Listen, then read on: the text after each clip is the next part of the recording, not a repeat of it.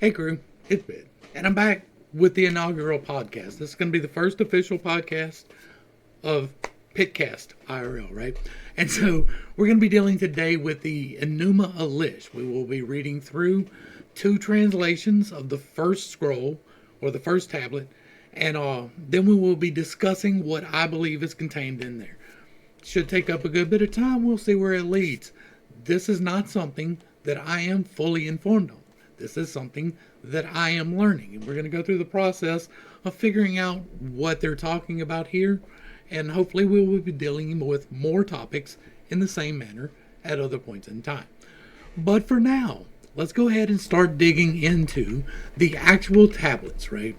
These, I lost one. Where's the other one? Right there. All right, so these tablets, this is two translations. I'm getting this from Bibliotheca Teclates. I will provide the link to that down below in the description box. I'm going to read the one here on the left first. We'll read the one on the right second. They are the same story. They tell it a little bit differently.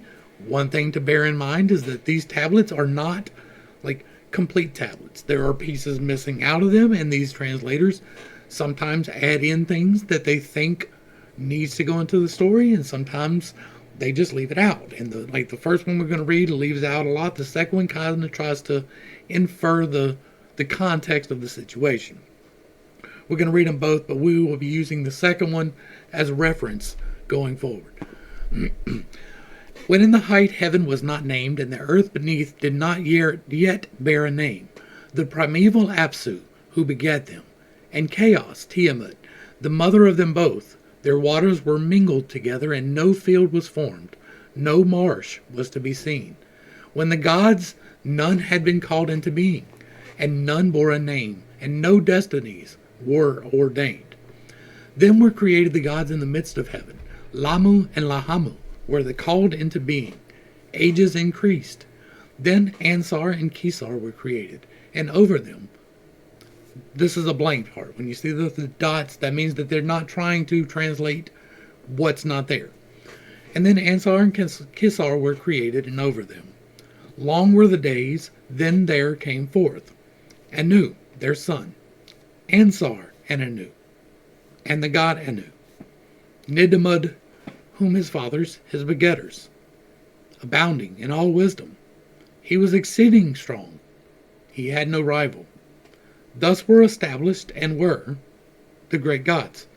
But Tiamat and Apsu were still in confusion. They were troubled and in disorder. Aparu was not diminished in might, and Tiamat roared. She smote in their deeds. Their way was evil. Then Apsu, the begetter of great gods, cried unto Mumu, his minister, and said to him, O Mumu, thou minister that rejoicest in my spirit, come unto Tiamat, let us go. And they went, and before Tiamat they laid down. They consulted on a plan with regard to the gods, their sons. Apsu opened his mouth and spake, and unto Tiamat, the glistening one, he addressed the word. Their way. By day I cannot rest, by night I cannot lie down in peace. But I will destroy their way. I will. Let there be lamentation. Let us lie down again in peace. When Tiamat heard these words, she raged and cried aloud. She uttered a curse, and unto Apsu she spoke. What then shall we do? Let their way be made difficult, and let us lie down again in peace. Mumu answered and gave counsel to Apsu. And hostile gods was the counsel Mumu gave. Their way is strong, but thou shalt destroy it. Then by day shalt thou have rest, by night shalt thou lie down in peace. Apsu hearkened unto him, and his countenance grew bright, since he, Mumu, planned evil against the gods his son. He was afraid. His knees became weak. They gave way beneath him. Because of the evil which their firstborn had planned, there they altered. Lamentation, they sat in sorrow.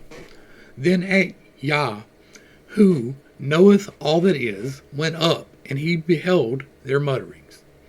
About 30 illegible lines.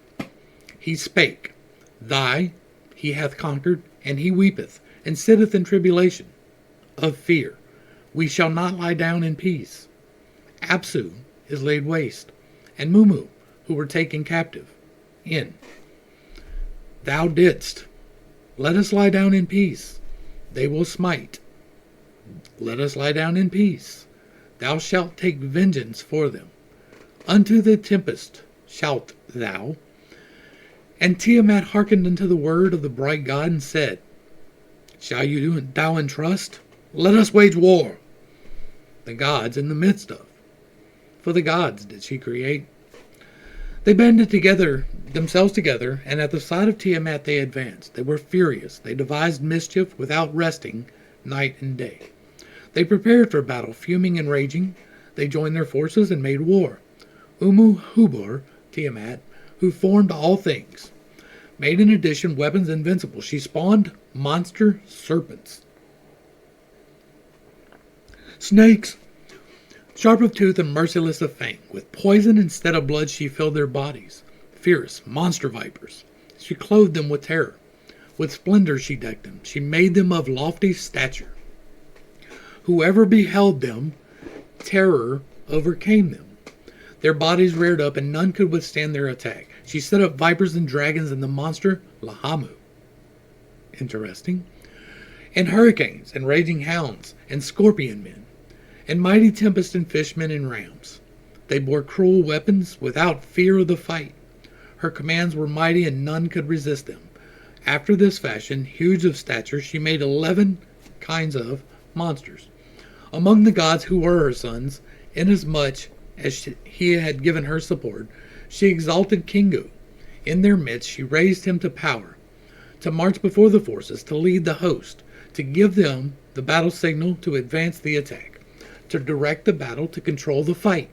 Unto him she entrusted in costly raiment, she made him sit, saying, I have uttered thy spell in the assembly of the gods, I have raised thee to power. The dominion over all the gods have I entrusted unto him.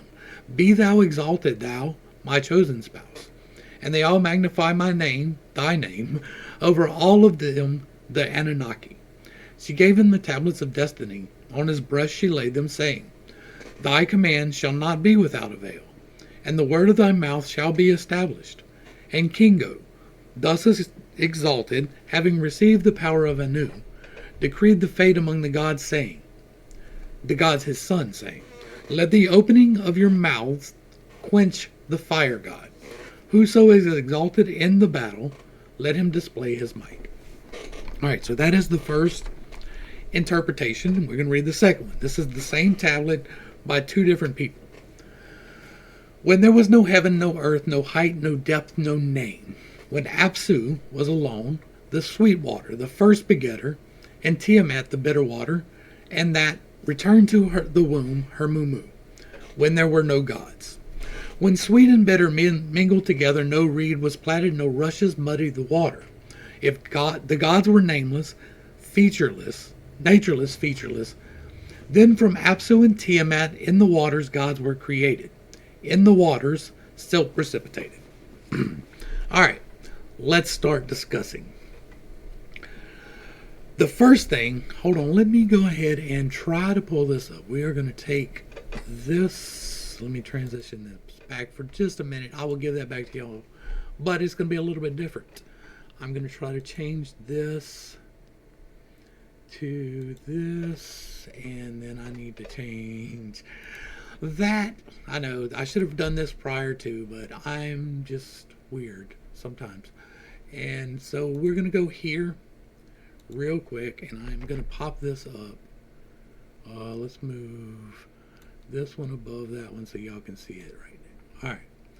What we have here is an alternative view of the rotation of the solar system. And it is important to point this out now, ahead of time, because I think this might be right. I have not deep dived into it. I just stumbled across this. This is one of those synchronicities. I was preparing to do this podcast when I finally gave in and went onto the Discord for Brothers of the Serpent podcast. And on that Discord, this was linked. And I was like, well, let me check it out. And I checked it out, and I'm really digging this system.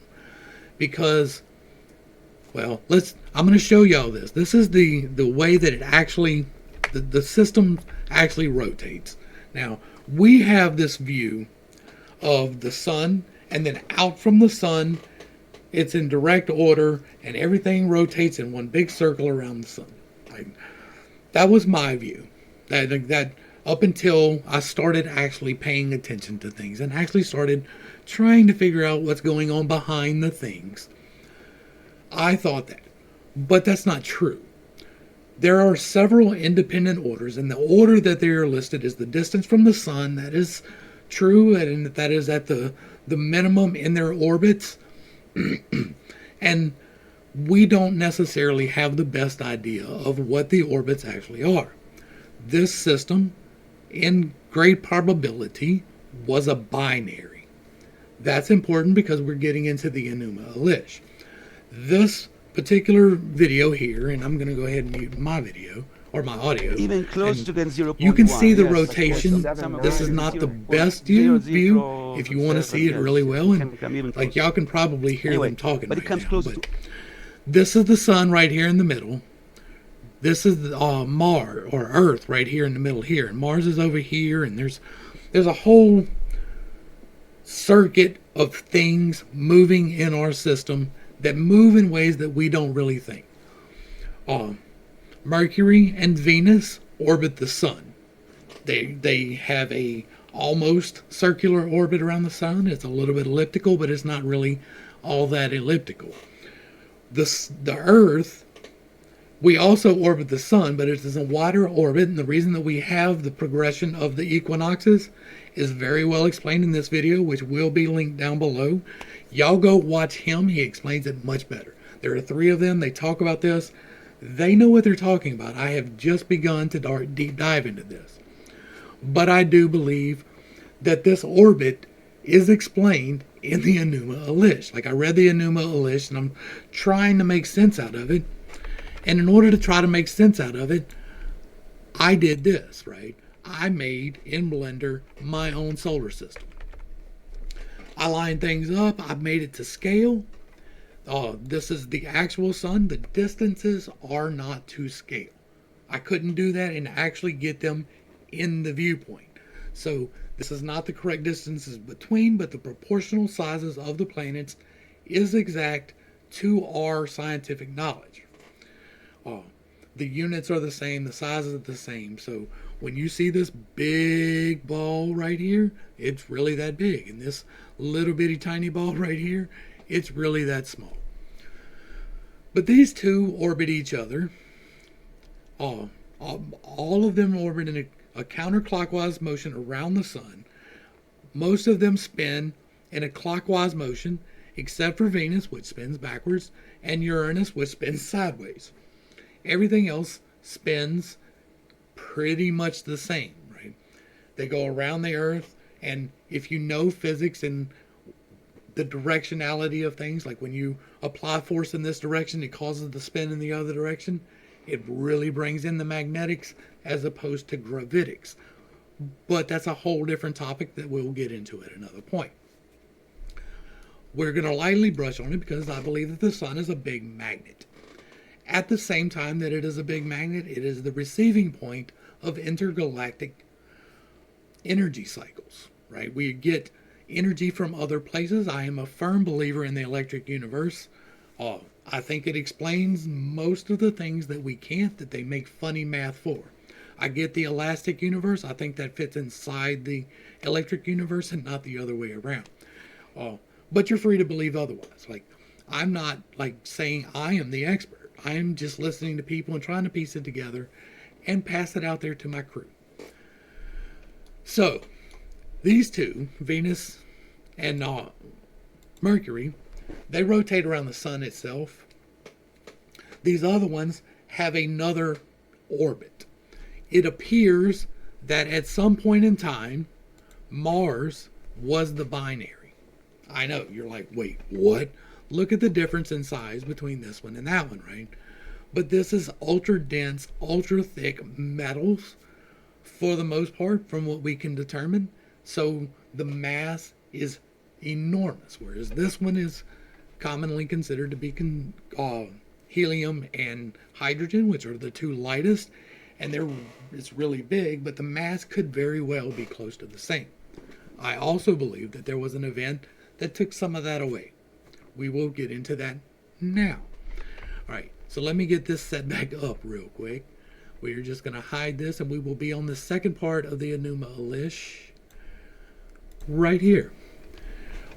We will be reading through this, and then we will be coming back and checking planetarily how I think that it may have played out. So I'm going to leave that set up that way, and I am going to pull up this so I can read it.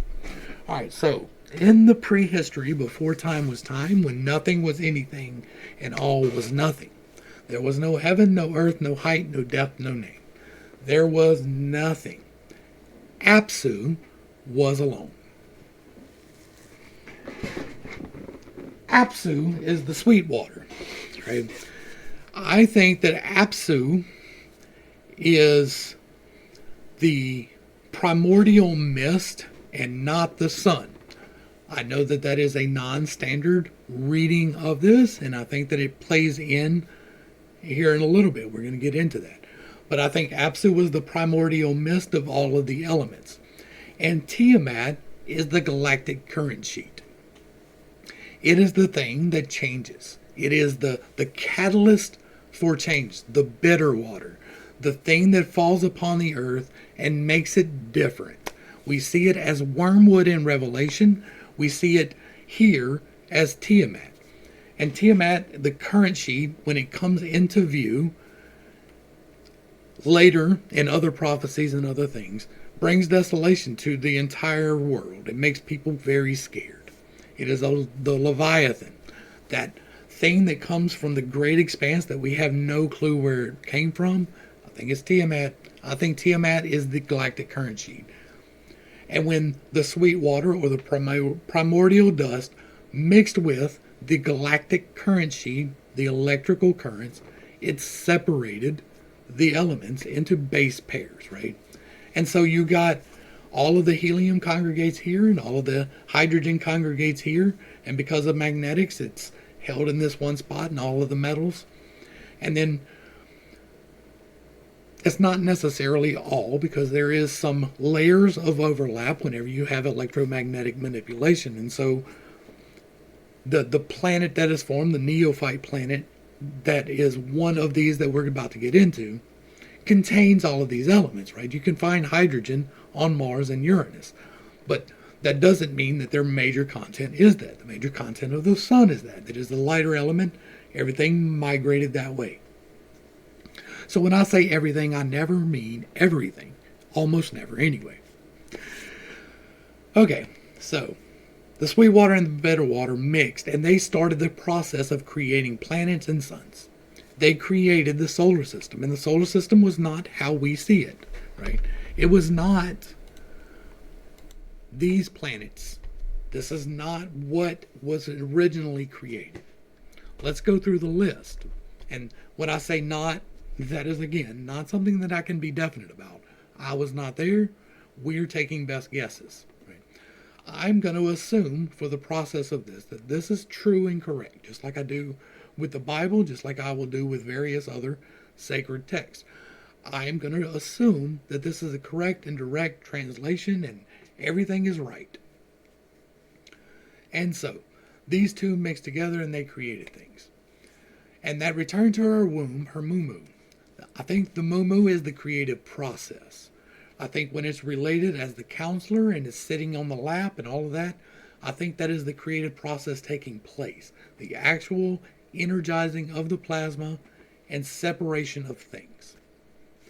And when sweet and bitter mingled together, no reed was planted, no rushes muddied the water. The gods were nameless, natureless, featureless. And then, from Apsu and Tiamat, the gods were in the waters. And here's another important part. When they're talking about waters, they are not talking about hydrogen or dihydrogen oxide. They're not talking about this.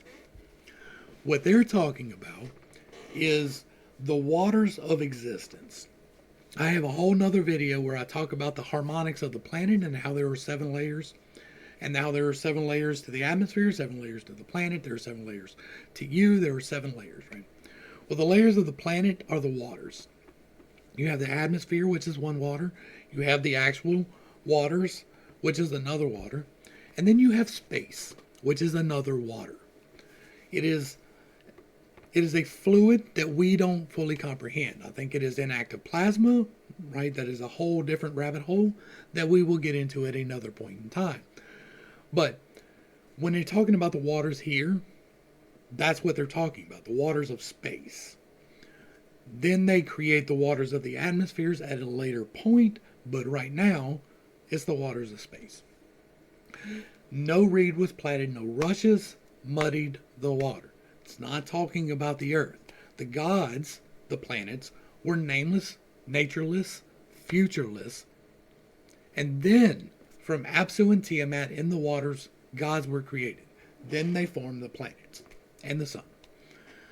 In the waters, silt precipitated, and Lamu and Lahamu were named. They were not yet old, not yet grown tall, when Anshar and Kishar overtook them. The lines of the sky and earth stretched where horizons meet to separate cloud from silt. This is the formation of the planets.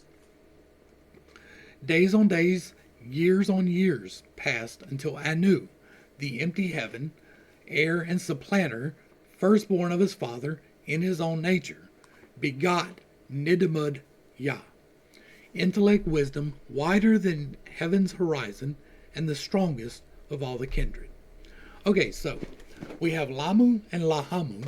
We have Anshar and Kishar. That's not 9 planets. That's not 8 planets. Lamu and Lahamu were created and small. I did not transfer that back. Y'all were supposed to be reading with me. I'm sorry. You'll just have to take my word that it was an accurate translation, right? Sorry.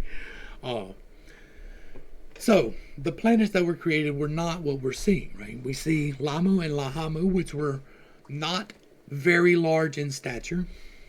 I believe that's here.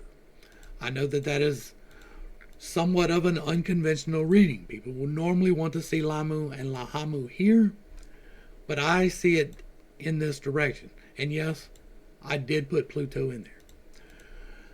And then you had, I want to make sure I get the names right, Anshar and Kishar. I think that is the next 2 in line, right here. And then we got a duality here, right? We have 2 names. We have Nidabud and Yah. I think this is the proto-Earth. What do I mean by that? Right? The proto-Earth, I believe, was much larger. I think, and here's one of the areas that I'm well into speculation. This could very well have been Mars. And this was one of the things that changed when I saw the video that I linked down below. I think that I'm wrong here, and it's not the proto-Earth. It was the proto-Mars, right? That would explain an awful lot. But it was large, and it was there. And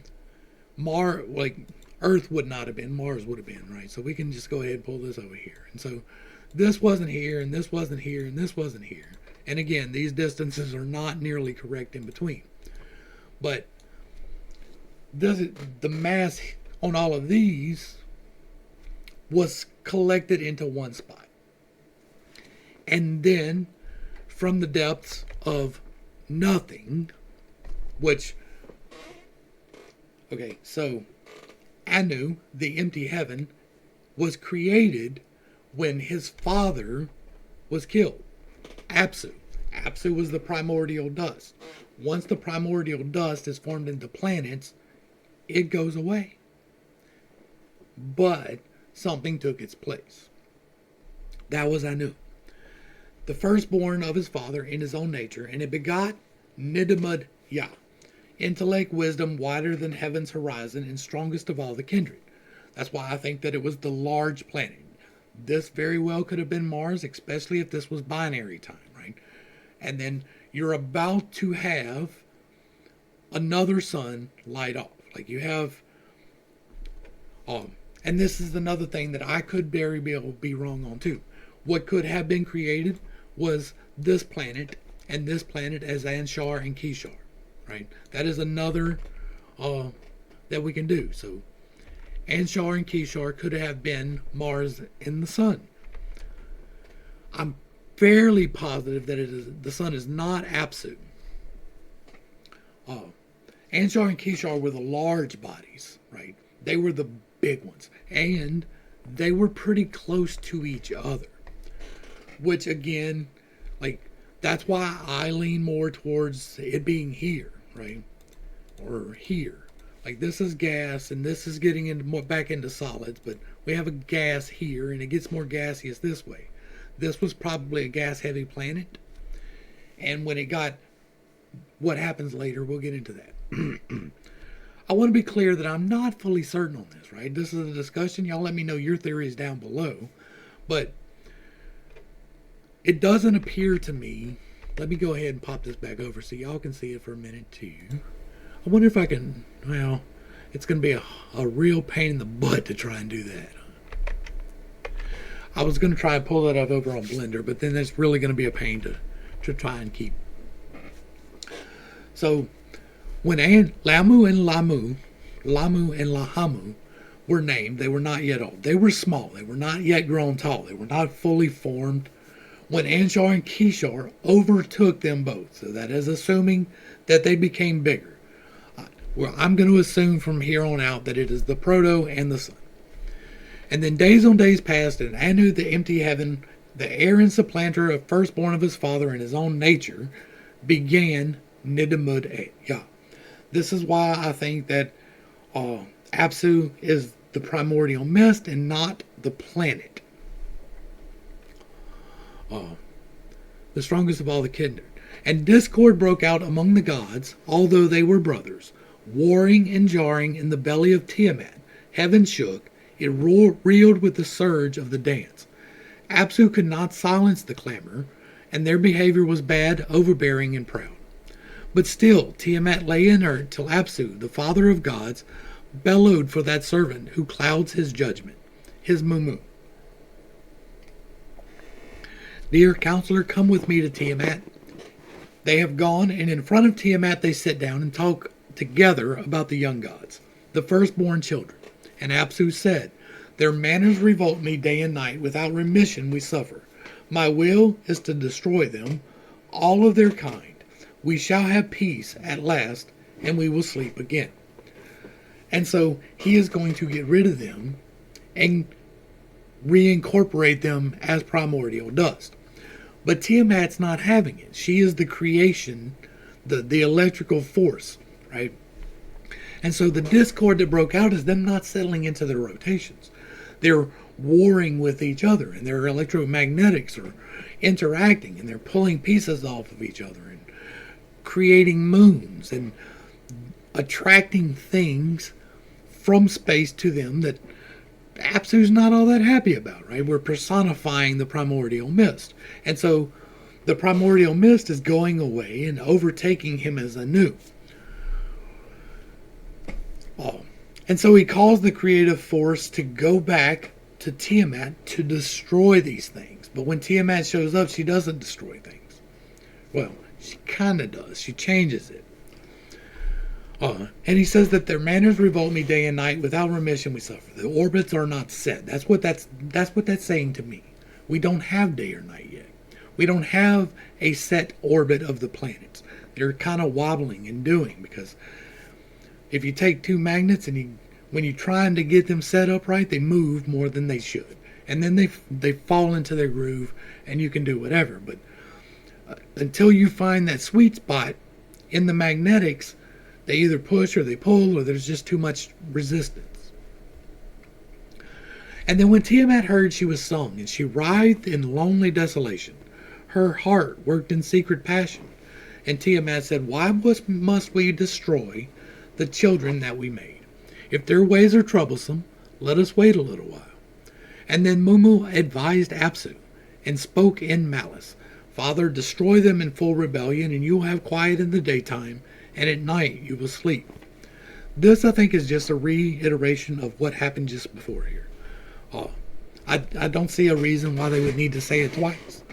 I think it was just a reiteration. That it was Apsu's decision to try to destroy things. And when Apsu heard the die was cast against his children, his face flamed with the pleasure of evil. But Mumu, her embraced, he hung on his neck. He sat him down on his knees and kissed him.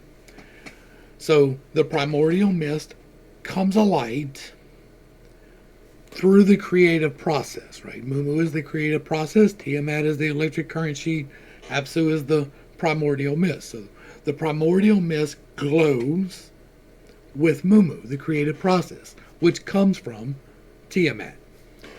And the decision was known to all their children, and confusion seized them, and after a great silence, for they were confounded. The God, who is the source of wisdom, the bright intelligence that perceives and plans, Nidamud Yah, saw through it. He sounded the coil of chaos and advised it against it, devised the artifice of the universe. All right, so Nidamud Yah calls into plan something from the universe, right? Who did that? Yeah, that came from Anu. Nidamud Yah came from Anu. So Anu supplanted when Anu supplanted Apsu, Nidamud Yah, the protoplanet or sun, was created. Okay. He spoke the words that charmed the waters, and it fell upon Apsu, and he lay asleep. This is where the heavens become non-luminescent, and we can see the stars past that. From this point forward, we are no longer overtaken by the enlightenment of the plasma sheet, right? The galactic current sheet is no longer activating the plasma that we are currently in. It is not changing anything. So he charms the waters, the heavens, and it fell upon Apsu, and he went to sleep. And the sweet waters slept, and Apsu slept. And Mumu, the creative force, was overcome. Apsu lay drowned in the heavens of the sky, undone. And then Yah ripped off his flaming glory cloak, and took his crown, and set on himself the aureole of king. And when Yah has bound Apsu, he killed him. And Mumu, the dark counselor, he led by the nose and locked away. All right, back to Blender real quick. I need this one so I can give it to you. All right, so now we have a being that is becoming luminescent because the plasma is not activated. He takes the illumination upon himself. That can be one of two things. That is either the sun or Proto-Mars, right? Nidamud and Yah. Oh boy. Yes, I think that when this was created, when Nidamud was created and Yah was created, that is the sun, Yah, and the Proto-Mars, Nidamud. I could be wrong. I always entertain the thought that I'm wrong, especially since I'm just now deep diving this. Right? This is not me definitive statement. This is me speculative. But I think, yeah, it does fit. It does fit fairly well with what we're seeing so far. And so, Yah has bound Apsu and killed him and taken the creative force led by the nose and locked it away. And then Yah defeated his enemies and trodden them down. And now that his triumph was completed, in deep peace he rested. In his holy place Yah slept. Over the abyss, the distance, he built his house and shrine, and there, magnificently, he lived with his wife, Damkina. I'm not sure who Damkina is. I don't know. I'm just now starting to deep dive this. Damkina, I've not even gotten to deep diving that yet. And in that room, okay, so he created for himself on the corpse of his father, right? So this is separate from Nidamud. This is Yah. So he has created on the corpse of his father, which is the space of heaven that is non-activated plasma. He has created his house there, where he now takes dominion over all of the gods in heaven. That's what is happening. Again, this could be the sun, or it could be Mars.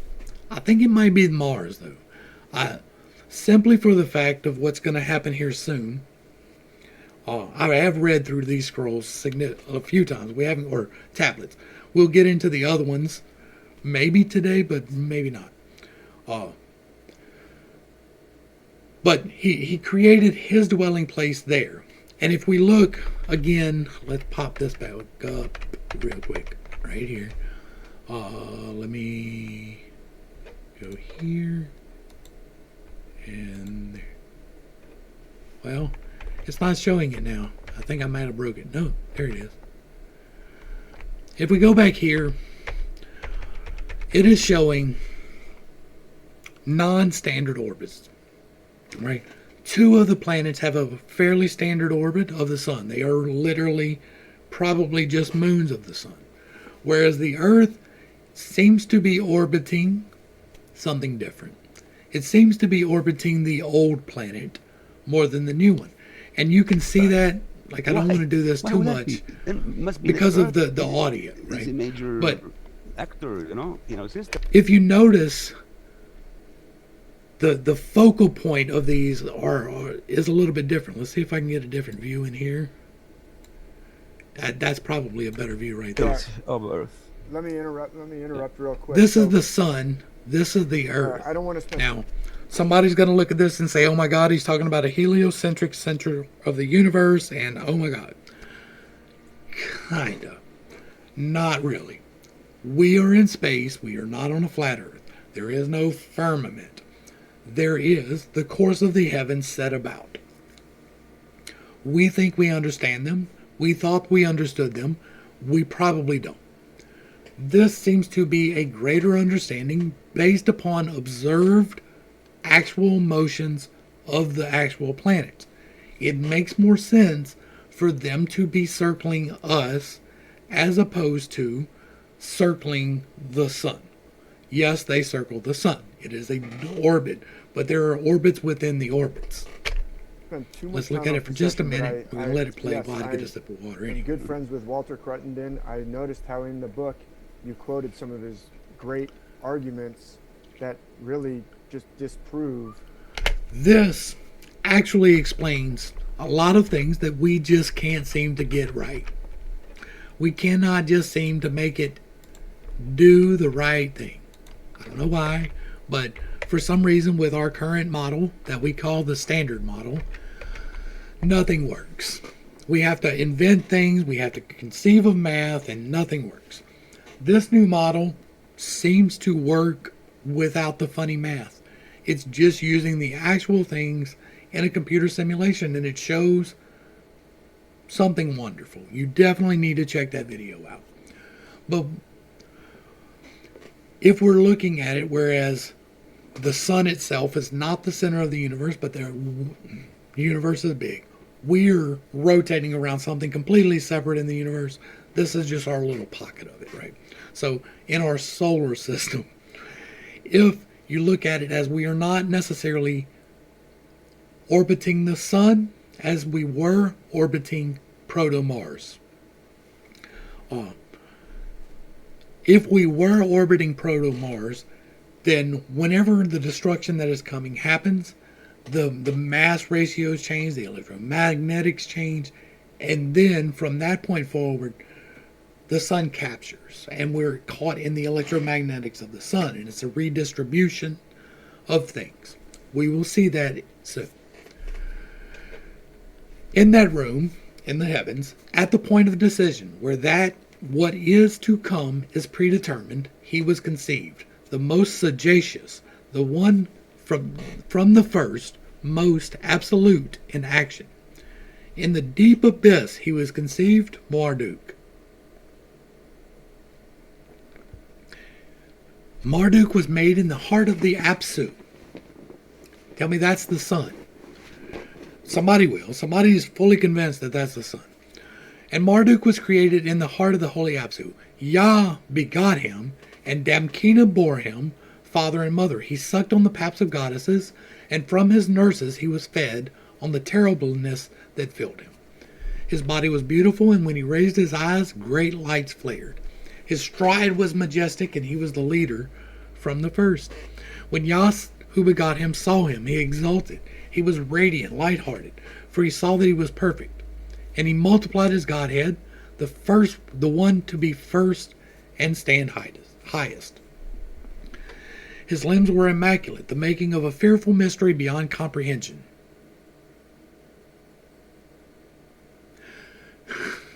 I paused there for a minute because Revelation tells you something very close to this.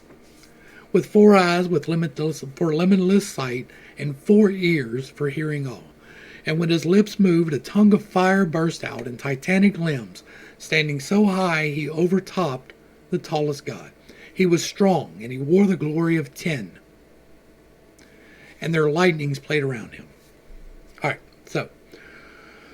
so Yah, who begot him, saw him, he exalted. But he was created in the heart of Apsu, the primordial mist, the space, the void. Yah begot him, and Damkina bore him. And I'm going to have to deep dive Damkina. Y'all let me know some good resources down below. But I think that Marduk winds up being the other planet. And here's where people are really going to get mad at me, because Niburu. I don't know what it's called. I don't know if it's right. I don't know. I am purely speculating here. But it appears that Niburu and Marduk are really the same. I don't believe, as it is said here further along, that Niburu was necessarily the place where the Anunnaki lived. Could be. We will talk about that more later, but it seems highly unlikely. I think that maybe they lived on Proto-Mars and saw Niburu come in, and it was confusion from there, but who knows? Who knows? It really could be, as it is described here, a planet coming from afar. It is also described that there are people living on this planet. But I think that Marduk, which I believe is Niburu, hits this planet here, right? And I had it set up to hit that one, but I think it hits this one, and it makes it go boom. And when it makes it go boom, these other pieces come off, and you have the asteroid belt out here, and you have what's left of Mars, and you have Venus and Earth and Mercury, and you have Earth. There have been, I have seen, but I have not verified, calculations to approximate that happening all. The mass that is contained in the asteroids, the mass that is contained in the planets, making up enough to be the size of what is said to be there. I have not confirmed that. I am, again, purely speculating that that is true. But what is described next is Marduk is conceived, and he comes in, and he is a changer. He, again, changes things. When Marduk comes into the solar system, his body is beautiful, and he raises his eyes, and great lights flared. His stride is majestic. He was the leader from the first. Let's put ourselves into the minds of primordial man. And by primordial man, I'm talking about the current conception of just past caveman. Men are just coming into civilization and developing religion for themselves. And you see in the sky these gods. You see Venus and Mercury and Mars and all of these things. We're assuming that this is past the break apart, which, just imagine that if you were on the planet when it broke, what memories would you have of that? Right? What would be passed on as the planet is reforming into a ball around you, because a giant chunk of it was just splatted. And some people get on this piece and some people get on this piece, and there's a whole whatever, right? And maybe some people make it and maybe some people don't. Maybe the atmosphere disappears and maybe it doesn't. I don't know. But imagine you're there and you see these gods, right? And then out of nowheres, this other god comes in, because you think these are gods. These things move, whereas the stars really don't that much. Nightly, as you're watching, sometimes you can see these things move. And so you see this new god coming in, and it is bigger than the rest, and it's casting these giant things off of it. So you see, here's Mercury up there, or Venus, because you're probably not looking at Mercury, but here's Venus up here, or here's Mars up here, or here's Jupiter, or whatever. And this thing comes in and it's bigger than all of them. And it's throwing off these giant tentacles, 10 of them, 10 heads. And there's crowns coming off of them. And he's giving off this great light show as he's coming in. And then he changes things. His body's beautiful. When he raised his eyes, great lights flared. So when he came into the place, lights showed up. And then Yah who begot him, who saw him, exalted. So energetic manipulation happened, right? Maybe this Yah, which is one of the sons, starts making vibrations or moving or casting off things. He's exalted. He's not just patiently waiting for him to come. He's anticipating and trying to reach out and meet him, right? That's my impression from this, is that the son gets excited. He was radiant, lighthearted, and he saw that he was perfect and multiplied his Godhead, the one to be first and stand highest. Oh, his limbs were immaculate and making a fearful mystery beyond comparison. I am pretty sure that the sign given in Revelation, and I know this is a different dive, but the sign given in Revelation will be one we see. I think this is it. I think when the remaking comes, we will see this. I think when the remaking came there, they saw this. I think several times throughout our history, we have seen this, and that history is not known to us. That is all speculation on my part, but it seems to be based in something. And so, his lips moved, a tongue of fire burst out, titanic limbs standing so high he overtopped the tallest god. He was strong and he wore the glory of 10, and their lightnings played around him. My son, son of the sun and heaven's son. Then Anu begot winds, and brought them from the four quarters, to be the can and to command the ranks. He brought the tornado, a wild surf, to worry Tiamat. That's interesting, because to me Tiamat is in space, right? Tiamat is the galactic current sheet. And he begets the Anu, the emptiness, begets a wind that disturbs the galactic current sheet. All right, Anu is the empty space that was formed from Apsu.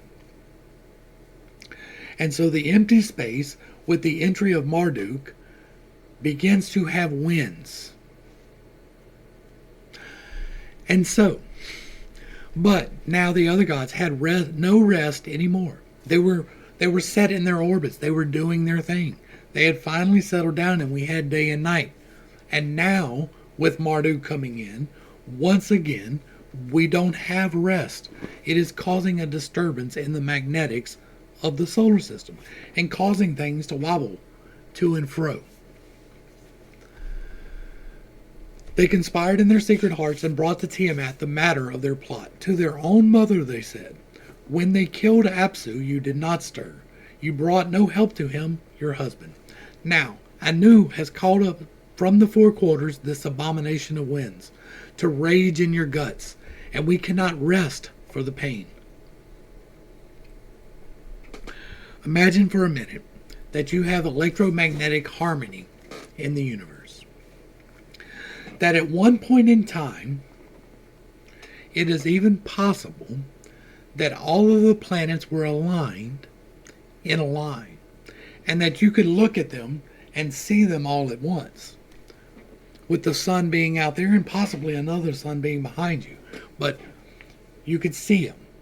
They were aligned and in a harmony. And then all of a sudden, this other magnet comes in. What's going to happen to your magnetic harmony? You're going to have magnetic ripples. You're going to have perturbations, right? It's going to come in and create a wake in space. I know, it's a vacuum. It's an active plasma. It is a liquid we don't understand.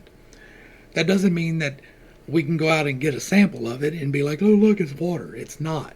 I understand that it is not like what we conceive of as a liquid. It is a liquid that we don't understand. It becomes activated through electricity, the galactic currency, Tiamat. And this outside force of Niburu, I believe, is a very magnetic rock. It may even be pure magnetics. Whatever it is, it causes a great magnetic disturbance. So great that all the planets are affected by it. Not just a planet, but all the planets are affected by it.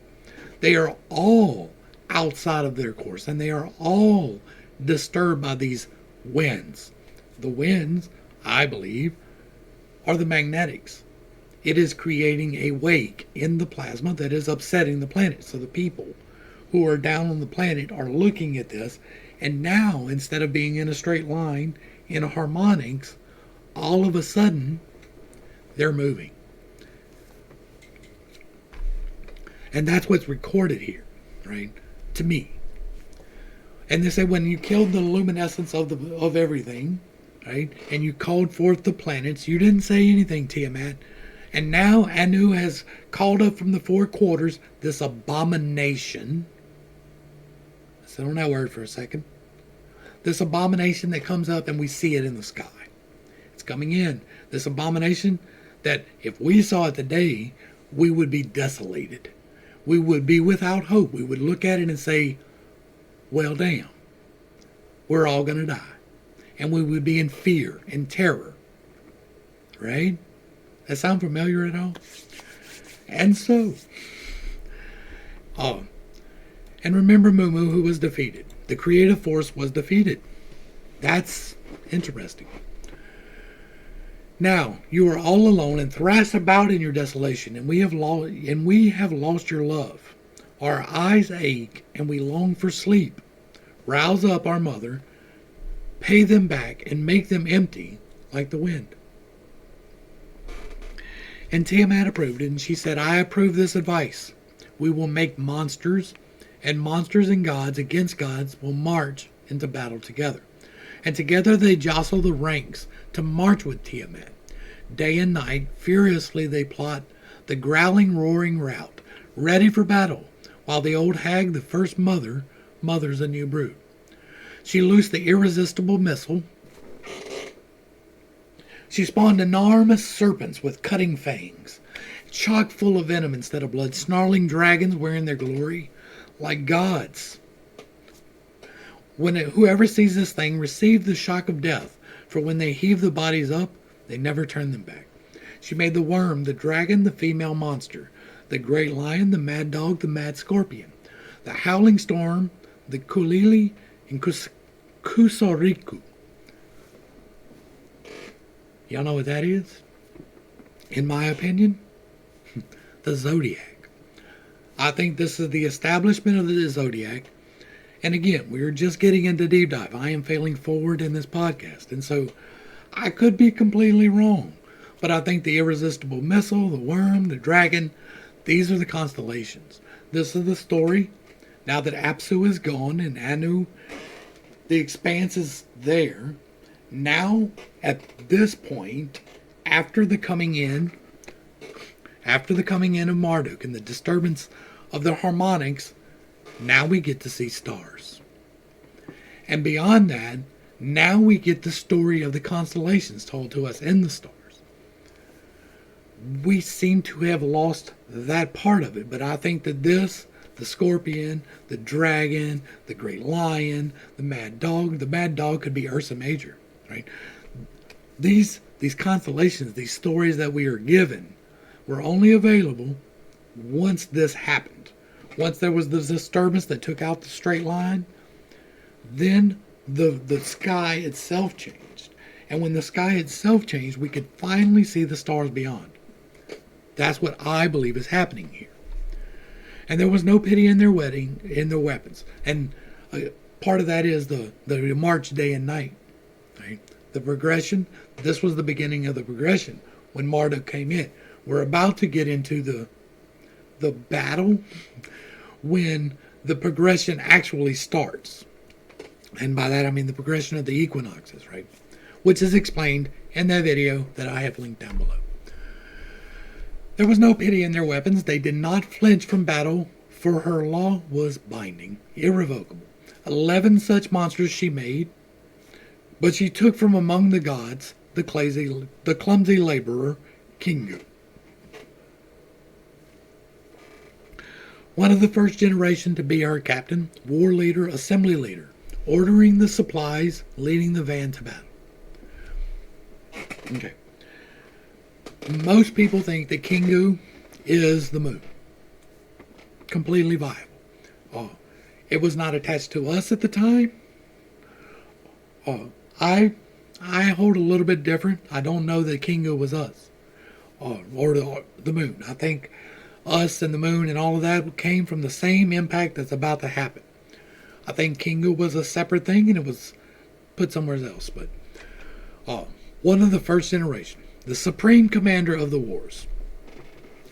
All this she gave him when she raised their company. She said, "Now it is in your hands. My spell will hold them bound, and they must obey my will. Your supreme, my one husband. Your word will hold the rebel hordes." I think this was the ordination of the sun in its entirety. We're getting pretty close to an hour, so we're going to go ahead and finish this up. We'll do a wrap up, and we'll get into Tablet 2 on the next one. Tablet 2 talks about the actual impact, and that's going to be interesting. All this she said when she raised their company. She said, "Now this is in your hands. My spell will hold these planets in place." So the electromagnetics of creation itself now sets the course. I think that this tablet and part of the next tablet is taking place simultaneously. Right? We are getting this slightly jumbled, as tends to happen throughout history. And she gave him the tablets of faith and fastened them to his breast. "Now and forevermore your word is irrevocable. Your judgments will last, they will quench the fire, and swinging mace will fail of its power." And then Kingu had received the authority that belonged to Anu. And in their several natures, they confirmed the brood of monsters. Again, this is why I think it's the sun, but it very well could be Mars, right? Proto-Mars. In that case, then the Earth would almost have to be separate at this point, right? I don't know that that's literally what's going on, or that the Earth was populated. That's an entire possibility, that there was no population at all, that it was completely barren, that this is someone outside dictating this to someone on a level that they could understand, which is what is actually recorded in these tablets, that there was somebody that came in from far away and they dictated the things that had happened in our solar system in its creation. But Kingu is important here because Kingu takes the place of vast space. Apu, or let me get the name right. Anu is formed when Apsu dies, right? Apsu is the primordial mist that illuminates, and then when that's taken away, then we get Anu, which is the void and the darkness. And then they create in the darkness the 12 monsters from Kingu. Like Kingu helps set that in place. That's our progression. That's why I think it's the sun and not Proto-Mars. I could be wrong. We don't know. proto-Mars did not necessarily have to be aligned, but getting into the second tablet, which we will not be doing today, we will probably be doing tomorrow.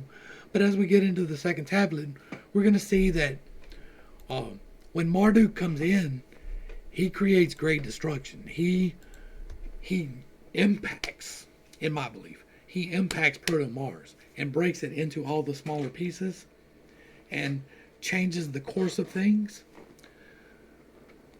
But that's the only time that he hits us. I think that there's another impact farther out in the solar system that's not us, and it turns Uranus on its side and makes it spin this way. I think that the moons are created for the most part at the first impact for all of us, right? The second impact could be creating the moons on the other side of the asteroid, but I think that maybe there were pieces shot out and they were captured in the electromagnetics of the planets, and that we will deep dive into that farther along. I'm going to go ahead and start wrapping this up. I hope I brought a little bit of enlightenment and not too much confusion, right? I know that this is not finalized. I know that this is failing forward, right? That's what we do here. We start looking, we start talking, we start discussing, and things pop out to us. Things come out that we don't believe. Look what happened in Genesis and Exodus. And so I'm just going to try and fail forward on this. We're going to look at this. We're going to look at the Tuatha De Danann. We're going to look at the Mayans and all of that. We're going to, on these podcasts, we're going to get a little bit out there in conspiracy land because we can do that. I want to be fully clear all the way through that I am not firm in any of this. I believe that I am correct in my assumptions, but I am fully aware that they are assumptions, that they are based upon what I consider to be reliable facts. But they are still assumptions from those facts. They are not scientific facts, and I am never definitively saying this is what happened. I also hold very unconventional beliefs. I believe in magic. I believe in electromagnetic manipulation, which is magic. I believe that things are possible that we don't understand and comprehend. And so we will be digging into those things as we go along too. I'm really curious about this. Like, I'm basing a game behind this lore, and this lore is changing on me as I read it. And so I'm very interested in what you think about this as well. I want this to be a conversation. Like, I'm not just trying to talk to a camera for an hour. I want us to have a discussion on what do you think that this means. I hold unconventional beliefs on everything. So I am okay with my beliefs being completely shattered. Hit me with it. Give me something else to deep dive on. Give me other topics. To the crew, thanks for hanging out. I appreciate every single minute that you are here with me, and I am praying for you every single day. Until next time, I love you. You are perfect, whole, and complete, just the way that you are. And this has been pittstake. Peace.